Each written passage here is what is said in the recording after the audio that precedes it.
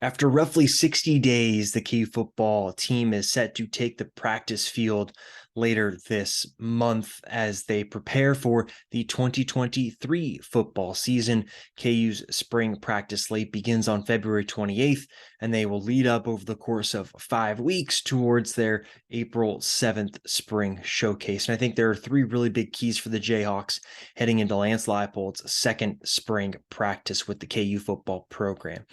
For starters, KU has to get through the 5 weeks, 4 weeks of practice injury free. Kenny Logan will miss most, if not all, of spring practice due to shoulder surgery that he had earlier this year.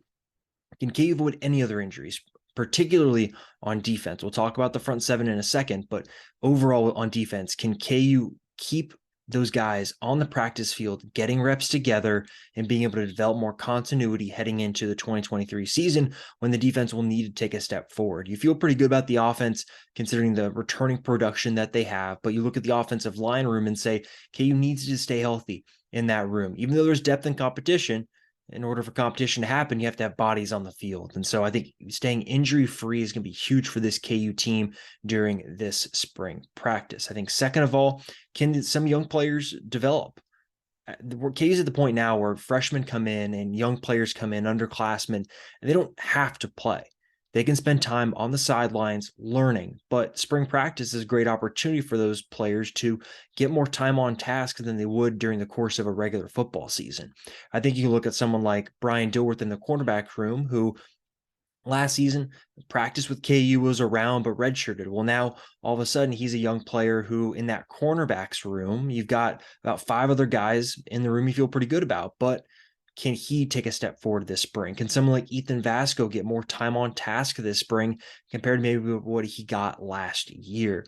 These reps are really important for building that quality depth and building the young player depth so that when those young players are called upon, whether it be at points in 2023, 2024, or beyond, they're ready and they have the continuity within the scheme to know what they're doing. And then finally, talk about continuity. Well, KU has to build that. And within the front seven on defense, KU lost its three reserve linebackers and its top three defensive tackles this offseason.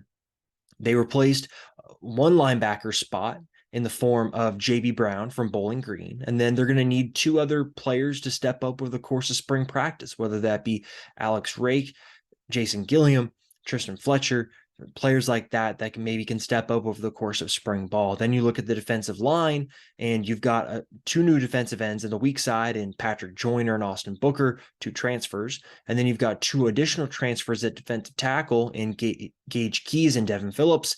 And then obviously you have someone like Davion Westmoreland behind Jeremy Robinson on the strong side. Can those players get time on task together so that when fall camp comes, there can be competition for spots and not necessarily guys trying to learn the ropes together during a heated environment during camp? So I think if KU can accomplish all three of those things, it'd be a very successful spring practice.